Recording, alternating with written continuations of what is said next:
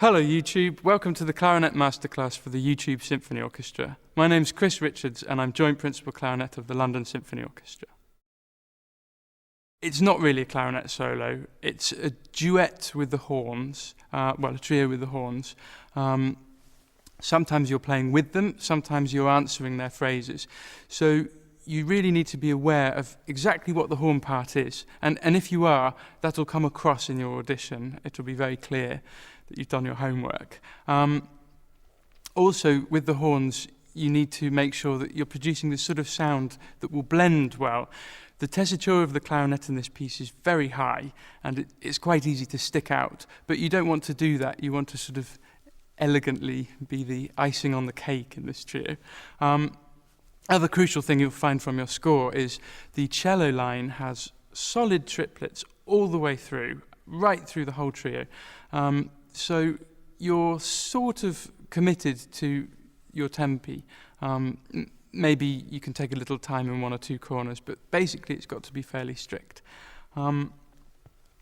So the key to this excerpt, I think, is Beethoven's word dolce, which he uses several times in the clarinet and horn parts, and it means sweetly. And that's very much the key to the character. We don't want to stick out. It's extraordinary writing with huge leaps and stuff, but we have to try and keep them within the character of the piece as a whole.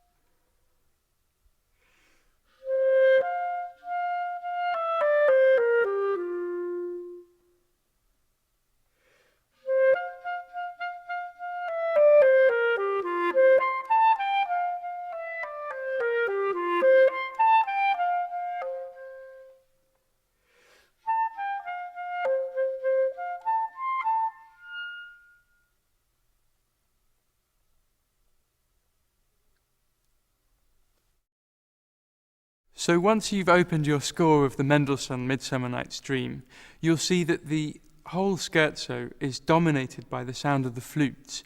And although it's a clarinet excerpt, we really need to play in the character of the flutes. It's particularly important. You get this sort of thing in Mendelssohn's music a lot. Very light, mercurial, quick scherzos and quick movements. So the important thing about this, although we can get bogged down with the technical difficulties, the fast tonguing and fast fingers, the important thing is to get the character of the music right. It's very light. It tends to be easy to play this very impressively, but maybe in a too virtuoso fashion, too heavily. So the first thing I would think is to get the sound of the flutes in your ears, and they seem to be able to do this standing on their heads. I would also say the speed of the excerpt is very important. I've often heard people in auditions come in and play it terribly fast. It's not actually a presto, it's just allegro vivace. So to keep a really good tempo that is just in control and doesn't sound frantic is very important and will help you with the character. The final thing I'll say about preparing the technique and the difficulties is that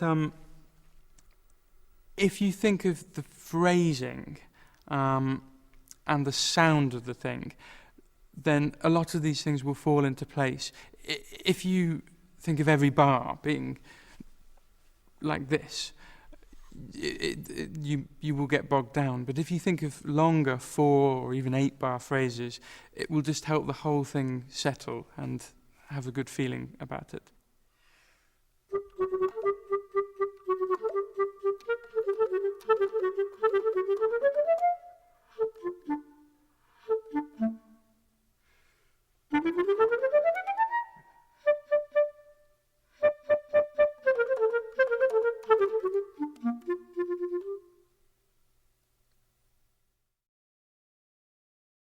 So for this excerpt, I'll swap to my A clarinet.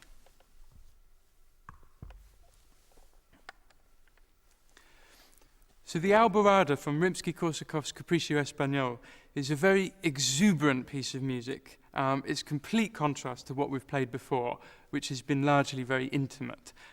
This is big, brash, and it should sound like a lot of fun.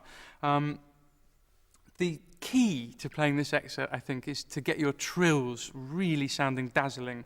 I think it's easy to play your trills just worrying about moving the finger as fast as you can. And what really makes it sound very virtuosic is if you don't have to move your fingers so fast, but just keep the air blowing through, so the ear can really hear both notes. And if you blow through it in that way, I think it'll make it sound really dazzling. The other thing about this excerpt is sometimes we have the main part, the tune, and sometimes we don't. And you need to sort of come in and out a bit with that. When you haven't got the main voice, it's still really important to phrase, even if you've got something really boring, just a series of quavers. You've got to phrase with the tune that's going on. You've got to contribute and be a part of that. So I think in this excerpt, just always have in your ear what the tune is and play, even if you've just got two notes, just play them absolutely with conviction. So I want to look at bar 10. This sort of thing comes a lot in the excerpt with a quaver and two semis. And when you've got the trill on the quaver, it's really important to not come out of it too late. So you give the semi-quavers lots of time so the ear can really hear them. And then also, if you were playing it in orchestra, you wouldn't be late on the semi-quavers. It's a good thing to show that you know that in the audition. Letter A is suddenly it's been very loud and lots of the orchestra drop out and we're left with the tune, and Rimsky-Korsakov writes con forza.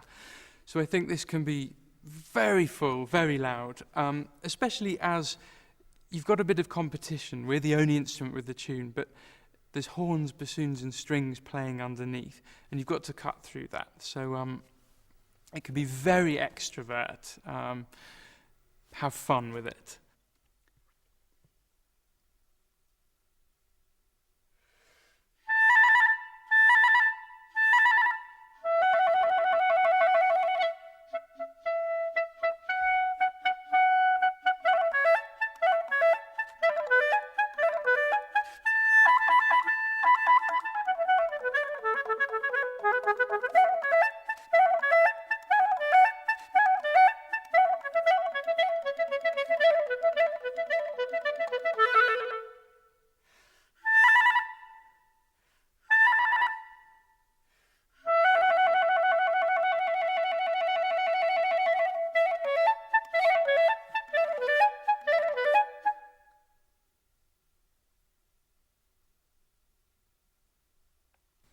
So that was the Clarinet Masterclass for the YouTube Symphony Orchestra. I hope you found it of some use, and I look forward to hearing your videos.